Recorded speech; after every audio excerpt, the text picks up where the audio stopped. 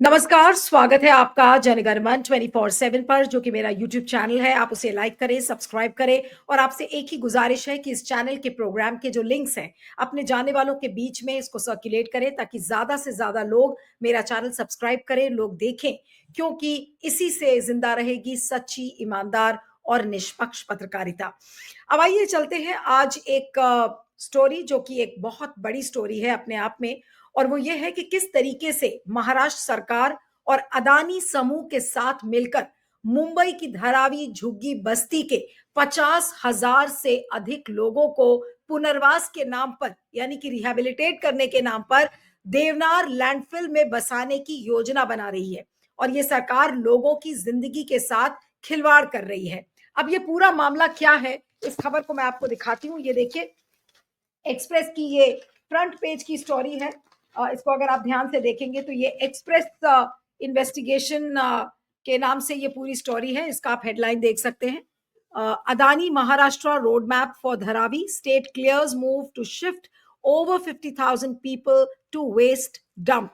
अब इसके डिटेल्स मैं आपको बताती हूँ क्योंकि बहुत लंबी चौड़ी ये लिखी हुई स्टोरी है और इसके डिटेल्स में अब आपको बताऊंगी कि ये पूरा मामला क्या है और उसको फिर आप देखेंगे तो आपको समझ में आएगा कि किस तरीके से महाराष्ट्र सरकार और अदानी साथ में हाथ मिलाकर लोगों की जिंदगी के साथ किस तरीके से खिलवाड़ कर रहे हैं और ये खबर बहुत जरूरी है समझने के लिए। अब आप देखिए, मुंबई की धारावी एक बार फिर से सुर्खियों में आ गई है। हाल ही में ये अपनी पुनर्निवास योजना के लिए चर्चा में था। आपको याद होगा, धारावी रीडेवलपमेंट हो रहा है, बहुत टाइम से हम सुन रहे हैं, लेकिन अब यहाँ के लोगों को दूसरी जगह बसाने के नाम पर उनकी सेहत के साथ जो खिलवाड़ किया जा रहा है उस वजह से वो फिर चर्चा में है। महाराष्ट्र सरकार और अदानी समूह की कंपनी इस परियोजना में धारावी के लगभग 50,000 से 1 लाख निवासियों को मुंबई के सबसे बड़े कचरा डंपिंग ग्राउंड, जिसको हम देवनार लैंडफिल कहते हैं, उसमें बसाने का प्रस्ताव किया गया है। यह फैसला पर्यावरण नियमों के खिलाफ तो है ही, लेकिन साथ में केंद्रीय प्रदूषण नियंत्रण बोर्ड यानी कि सेंट्रल पोल्यूशन कंट्रोल बोर्ड, जिसको हम सीपीसीबी कहते हैं, उसके दिशा निर्देशों का भी उल्लंघन है। अब ये पूरी योजना क्या है, इसको ध्यान से समझिएगा। धारावी पुनर्निवास परियोजना का उद्देश्य इस स्लम क्षेत्र को एक आधुनिक शहरी केंद्र में बदलना है, जिसमें बेहतर आवास, स्वच्छता और बुनियादी सुविधाएं शामिल हो। इस परियोजना पर Navbharat mega developers private limited यानी कि एनएमडीपीएल नामक कंपनी काम कर रही है। इस कंपनी में अडानी प्रॉपर्टीज प्राइवेट लिमिटेड का 80% हिस्सा है, थोड़ा बहुत नहीं है, 80%, यानी कि कुल मिलकर के ये अदानी को ही बिलोंग करती है। 80% इसमें अदानी का हिस्सा है और महाराष्ट्र सरकार की स्लम रिहैबिलिटेशन अथॉरिटी, जिसको हम एसआरए कहते हैं, उनका 20% हिस्सा है। परियोजना की अनुमानित लागत लगभग 23,000 करोड़ रुपए है और इसे अगले 7 वर्षों में पूरा करने का लक्ष्य रखा गया है। अब इसको मैंने आपको इसकी योजना के डिटेल्स बताए हैं। अब इसको समझिए कि इसको क्लियर कैसे किया गया। पिछले साल अक्टूबर में महाराष्ट्र विधानसभा चुनावों की घोषणा से ठीक एक दिन पहले राज्य सरकार ने धारावी के निवासियों को देवनार लैंडफिल में ट्रांसफर करने के प्रस्ताव को मंजूरी दी थी। देवनार, जो 1927 में मुंबई का प्राथमिक कचरा डंपिंग ग्राउंड रहा है, 311 एकड़ में फैला हुआ है और इसमें लगभग 2 करोड़ मीट्रिक टन ठोस कचरा जमा है। इस लैंडफिल के 124 एकड़ हिस्से को मकान बनाने के लिए आवंटित किया गया है, जहां धारावी से उजड़ कर जाने वालों को बसाया जाएगा। तो ये जो 300 एकड़ में फैला हुआ जो पूरा ये प्रोजेक्ट है, उसका जो 124 एकड़ है वो मकान बनाने के लिए यूज हो रहा है। अब इसमें दिक्कतें कहां हैं? इस फैसले ने कई सवाल खड़े किए हैं क्योंकि देवनार अभी भी एक सक्रिय डंपिंग ग्राउंड है, जिसको आप कहते हैं active landfill site. Active landfill site का मतलब है कि जहरीली गैसेस उसमें से अभी भी निकलती हैं। एक अंग्रेजी में टर्म है लीचेट, उसको कहते हैं। एक बहुत ही खतरनाक, बहुत ही जहरीला एक लिक्विड उन लैंडफिल साइट से निकलता है, जो कि आपके ग्राउंड वाटर को, जो नीचे का सतही पानी है, उसको वो जहरीला बनाता है। अब आप ये सोच लीजिए कि उस देवनार डंपिंग साइट में अदानी जी की आत्मा बिल्कुल कचोटी नहीं, उन्होंने कहा बसा दो यहाँ पर 50,000 से 1 लाख लोगों को। महाराष्ट्र सरकार ने भी उसको मंजूरी दे दी। अभी आपको आगे बताएंगे कि उनके ऑफिशियल्स को क्या कहना है, लेकिन आप सोच लीजिए कि एक ऐसी असंवेदनशील सरकार और अदानी जो कि इतना बड़ा कॉर्पोरेट समूह है, वो लोगों की जिंदगी के साथ किस तरीके से खिलवाड़ कर रहा है। अब एक एक करके सुनिएगा। फैसले से सवाल कहां कहां खड़े हैं। देवनार अभी भी एक सक्रिय डंपिंग ग्राउंड है, जहां हर घंटे, इसको ध्यान से सुनिएगा, जहां पर हर घंटे 6,202 किलोग्राम मीथेन गैस पैदा होती है। थोड़ी बहुत नहीं है, 6,202 किलोग्राम मीथेन गैस जहां पर पैदा होती है। ये भारत के शीर्ष 22 मीथेन हॉटस्पॉट्स में से एक है। यानी कि पूरे देश में 22 अगर मीथेन हॉटस्पॉट्स है तो उसमें से ये एक बड़ा मीथेन हॉटस्पॉट है। सीपीसीबी के यानी कि सेंट्रल पोल्यूशन कंट्रोल बोर्ड के 2021 की गाइडलाइंस अगर आप देखें तो उसमें बिल्कुल साफ लिखा है कि किसी बंद लैंडफिल में भी आवास, स्कूल या अस्पताल जैसी सुविधाएं नहीं बनाई जा सकती, और इसके सीमा से 100 मीटर की दूरी तक कोई विकास नहीं हो सकता। देवनार के मामले में ये नियम और भी सख्ती से लागू होता है क्योंकि ये अभी भी चालू है। लेकिन यहां पर हमारे अदानी साहब क्या कर रहे हैं, वहां पे उसको पूरा रीडेवलप कर रहे हैं। अर्बन हाउसिंग वहां पर बनाई जा रही है। उनको बिल्कुल एक बार की फिक्र नहीं हुई कि वहां पर जो बसे हुए लोग हैं वो कितनी जल्दी मर जाएंगे अगर उस लैंडफिल साइट में उनको बसाया जाएगा। लेकिन न सरकार ने ऐसा सोचा, ना अदानी ने सोचा। अब क्यों नहीं सोचा वो बाद में बात करेंगे। आगे इस खबर के डिटेल्स और सुनिए। इंडियन एक्सप्रेस के अखबार को आप उठा के देखिए, ये इंडियन एक्सप्रेस का इन्वेस्टिगेशन है। बहुत ही बेहतरीन और बहुत ही उम्दा इन्वेस्टिगेशन है, क्योंकि इसमें आरटीआई से भी उन्होंने खबरें निकाली हैं और क्या कहा है इसको समझने की कोशिश करते हैं। परियोजना के लिए अभी तक कोई पर्यावरणीय एनवायरमेंटल प्रभाव आकलन यानी कि एनवायरमेंटल इंपैक्ट असेसमेंट आप जिसको कहते हैं, उसका हुआ ही नहीं है। अब आप ये सोच लीजिए, इतना बड़ा रीडेवलपमेंट प्रोजेक्ट, उसका एनवायरमेंट इंपैक्ट असेसमेंट हुआ नहीं है, जो कि योजना कार्य होता है। किसी भी परियोजना को जब आप स्टार्ट करते हैं तो एनवायरमेंटल इंपैक्ट असेसमेंट मैंडेटरी होता है, जरूरी होता है, वो इस केस में हुआ नहीं। स्लम रिहैबिलिटेशन अथॉरिटी यानी कि एसआरए और महाराष्ट्र प्रदूषण नियंत्रण बोर्ड यानी कि जो स्टेट पोल्यूशन कंट्रोल बोर्ड है महाराष्ट्र का, उसने पुष्टि की है कि कोई ईआईए नहीं हुआ है। ये मैं नहीं कह रही हूं, इसको खुद स्लम रिहैबिलिटेशन अथॉरिटी और Maharashtra state pollution control board ने कहा है कि इसमें कोई एनवायरमेंट इंपैक्ट असेसमेंट नहीं हुआ है। बहुत सीना ठोक कर वो ये बात कह रहे हैं। एनएमडीपीएल के अध्यक्ष और परियोजना के सीईओ एसवीआर श्रीनिवास ने कहा है, ये पूरा जो प्रोजेक्ट है उसके सीईओ हैं जिनका नाम है एसवीआर श्रीनिवास, उन्होंने कहा है कि निर्माण शुरू होने से पहले पर्यावरणीय मंजूरी के लिए आवेदन किया जाएगा। उन्होंने कहा कि आवेदन किया जाएगा, एप्लीकेशन दी जाएगी। हालांकि यह देरी पर्यावरणीय नियमों के प्रति लापरवाही को साफ साफ बताती है। यानी कि अब एनवायरमेंटल रूल्स को आप बिल्कुल दरकिनारे कर देते हैं, उसकी धज्जियां उड़ाते हैं और फिर आप कह रहे हैं कि आपको पैसे कमाने हैं तो आप इतना बड़ा रीडेवलपमेंट प्रोजेक्ट लेकर आ रहे हैं। अब देवनार जो लैंडफिल साइट है उसके कचरे के ढेर से मीथेन और हाइड्रोजन सल्फाइड जैसी जहरीली गैसें निकलती हैं। कोई मामूली या कोई ऐसी वैसी गैस नहीं, जहरीली गैसेस जैसे हाइड्रोजन सल्फाइड और मीथेन का मैंने आपको जिक्र किया। अब ये दोनों गैसेस मानव स्वास्थ्य के लिए कितनी हानिकारक है। आसपास के क्षेत्र अगर आप देखें तो उसके आसपास के जो इलाके हैं जैसे मानखुर्द है, गोवंडी है, शिवाजी नगर है, वहां पर रहने वाले लोगों की औसत आयु पहले से ऑलरेडी कम हो चुकी है और वहां कई स्वास्थ्य समस्याएं प्रचलित है। ऑलरेडी लोगों को पता है, वहां पे हेल्थ एक्टिविस्ट जो काम कर रहे हैं उनको पता है कि किसी को ब्रीदिंग ट्रबल है, किसी को कैंसर जैसी बीमारी है, वो ऑलरेडी वो इलाका स्वास्थ्य के प्रॉब्लम से जूझ रहा है। और स्थानीय सामाजिक कार्यकर्ता फैयाज आलम शेख ने इसे लोगों को गैस चेंबर में भेजने जैसा बताया। सोचिए कितना स्ट्रॉन्ग स्टेटमेंट है। फयाज आलम शेख जो वहां पे एक्टिविस्ट है, काम करते हैं, वो ये कह रहे हैं कि भाई आप रीडेवलपमेंट प्रोजेक्ट के नाम पर आप क्या कर रहे हो, मासूम लोगों को उनकी जिंदगी से आप खिलवाड़ कर रहे हैं और उनको एक गैस चेंबर में भरने का आप ये प्रोग्राम कर रहे हैं। अब इसके और डिटेल्स देखिए, मैं अपने तरफ से नहीं कह रही हूं, ये जो इंडियन एक्सप्रेस की रिपोर्ट है ये सारी चीजों को साफ साफ करती है। अब प्रस्तावित आवास स्थल के पास 2 प्लॉट है, एक वेस्ट टू एनर्जी संयंत्र और एक बायो सीएनजी इकाई की योजना है। अब जो कि केवल 50 मीटर की दूरी पर है, यानी कि जो लैंडफिल साइट है इससे ये जो दो जिनका आपको मैंने आवंटन बताया है ये केवल 50 मीटर की दूरी पर है।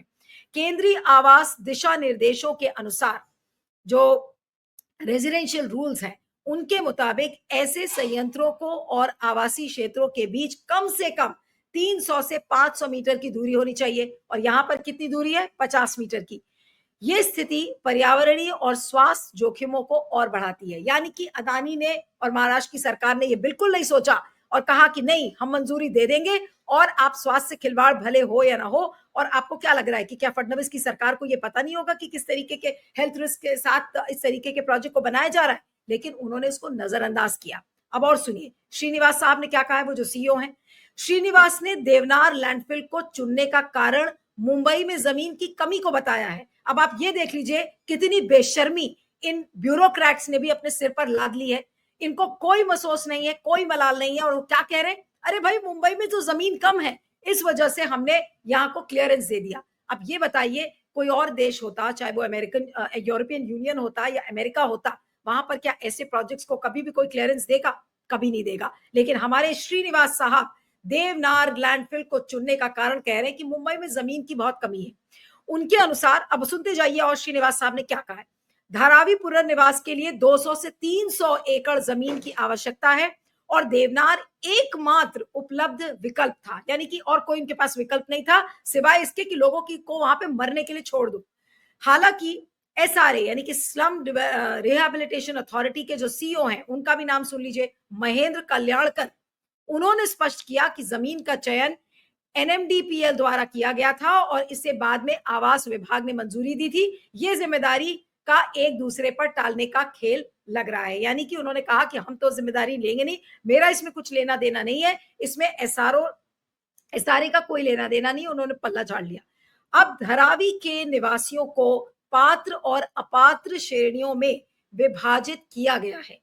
1 जनवरी, अब उसको कैसे उनकी जोनिंग कैसे की गई है, उनको डेट्स में बांट दिया। पहले निर्मित ग्राउंड फ्लोर पर रहने वाले निवासियों को पात्र माना जाएगा, जिन्हें धारावी के अंदर ही पुनर्निवासित किया जाएगा।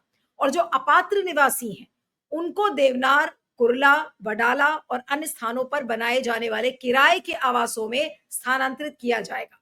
अब तक 85,000 मकानों की गिनती पूरी हो चुकी है और 50,000 से अधिक मकानों को डोर टू डोर सर्वेक्षण किया गया है। अब ये देख लीजिए कि किस तरह से मैपिंग की गई है, पूरा होमवर्क किया गया है। लेकिन एक भी अधिकारी को, एक भी व्यक्ति जो महाराष्ट्र की सरकार में है, उसने एक बार ये नहीं सोचा कि लोगों को हम मरने के लिए वहां पर क्यों छोड़ रहे हैं। आप तो मुंबई का उसको एक्सपैंड कर रहे हैं, तो आप और विकल्प ढूंढ लेते। लेकिन नहीं, लोगों को उस गैस चेंबर में मरने के लिए ही डाला है अदानी ने और महाराष्ट्र की सरकार ने।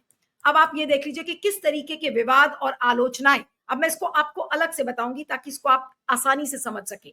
विवाद क्या है उसको समझेंगे, आलोचनाएं किस तरीके की आ रही हैं उसको भी समझने की कोशिश करते हैं, एक एक करके चलेंगे। पर्यावरणीय मानदंडों का उल्लंघन, सबसे पहला पॉइंट तो यह है कि जो एनवायरमेंटल बेंचमार्क्स हैं उनका घोर वायलेशन है। अब कैसे? देवनार में आवास निर्माण सीपीसीबी और केंद्रीय आवास दिशा निर्देशों का उनकी गाइडलाइंस का, जो सीपीसीबी की गाइडलाइंस है, उनका उल्लंघन है। पर्यावरण कार्यकर्ताओं और स्थानीय निवासियों ने इस कदम को क्रूर और अमानवीय बताया कि बहुत ही इनह्यूमेन स्टेप है और बहुत ही क्रूअल स्टेप है। पारदर्शिता की कमी, पहले तो आपने एनवायरमेंटल गाइडलाइंस को फॉलो नहीं किया। दूसरी क्या कमी है? पारदर्शिता की कमी है, ट्रांसपेरेंसी की बहुत कमी है। परियोजना की निविदा प्रक्रिया पर सवाल उठाए गए हैं। 2018 में 7,200 करोड़ रुपए की निविदा रद्द होने के बाद 2022 में 5,069 करोड़ रुपए की नई निविदा अडानी समूह को दी गई थी। विपक्ष ने इसे अडानी को फायदा पहुंचाने का आरोप लगाया है। ये दूसरी आलोचना है कि इसमें पारदर्शिता की कमी है, अडानी को फायदा पहुंचाने का पूरा ये प्रोजेक्ट है।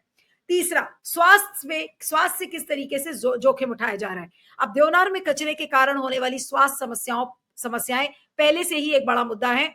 नए आवासों में रहने वाले लोगों के लिए ये जोखिम और बढ़ सकते हैं। विस्थापन का डर, ये दूसरा विवाद है कि विस्थापन का डर कैसे। धारावी के निवासियों में अनिश्चितता और भय का माहौल है। कई लोग नहीं जानते कि वे पात्र हैं या फिर अपात्र हैं और देवनार जैसे जोखिम भरे क्षेत्र में स्थानांतरण उनके लिए चिंता का विषय है, क्योंकि पता ही नहीं है कि भाई वो 2000 के पहले वाले हैं या वो बाद के हैं, पात्र में आते हैं, अपात्र में आते हैं।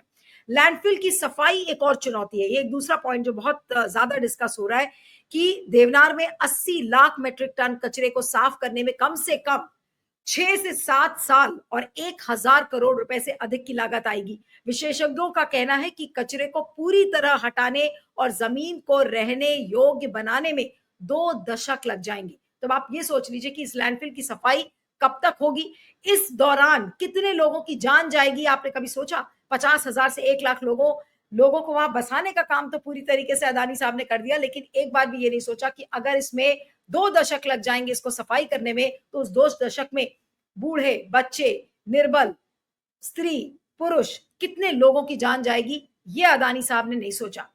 अब आम लोग और राजनीतिक दलों की इस पे क्या राय है, इसको विवेचनाएं, जो आलोचनाएं हुई हैं, विवाद है, वो उसको मैंने आपको बताया। आम लोग वहां पर इस प्रोजेक्ट के बारे में क्या कह रहे हैं, राजनीतिक दल क्या कह रहे हैं, अब मैं उसको आपको बताती हूँ। स्थानीय और राजनीतिक प्रतिक्रियाएं क्या है?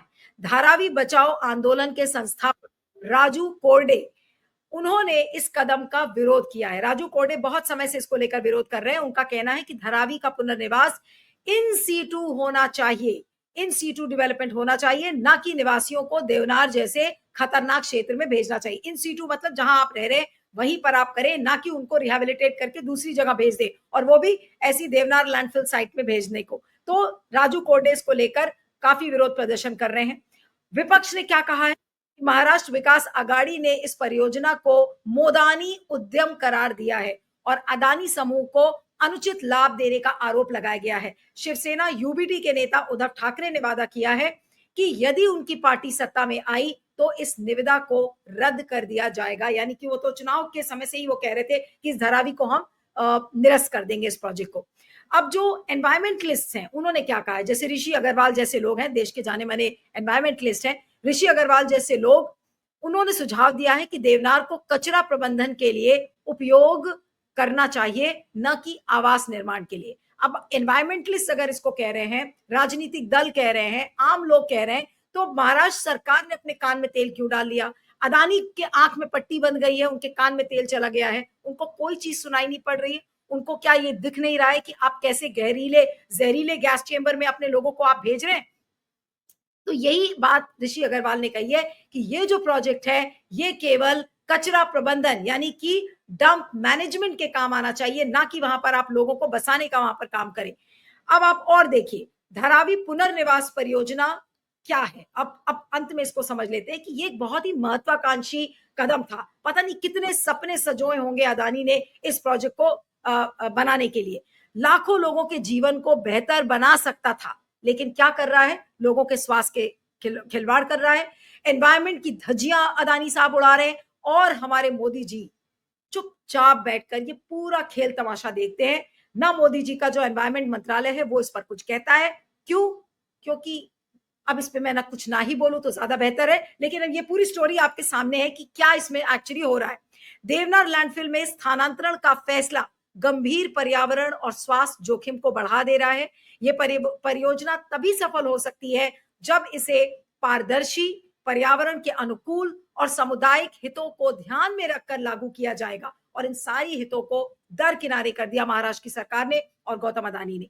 सबसे पहले तो तत्काल इन्वायरमेंटल इंपैक्ट असेसमेंट करवाकर पर्यावरणीय मंजूरी प्राप्त करे। देवनार के बजाय वैकल्पिक सुरक्षित स्थानों पर विचार करें। धारावी के निवासियों के साथ बातचीत की जाए, उनकी सारी चिंताओं को दूर किया जाए।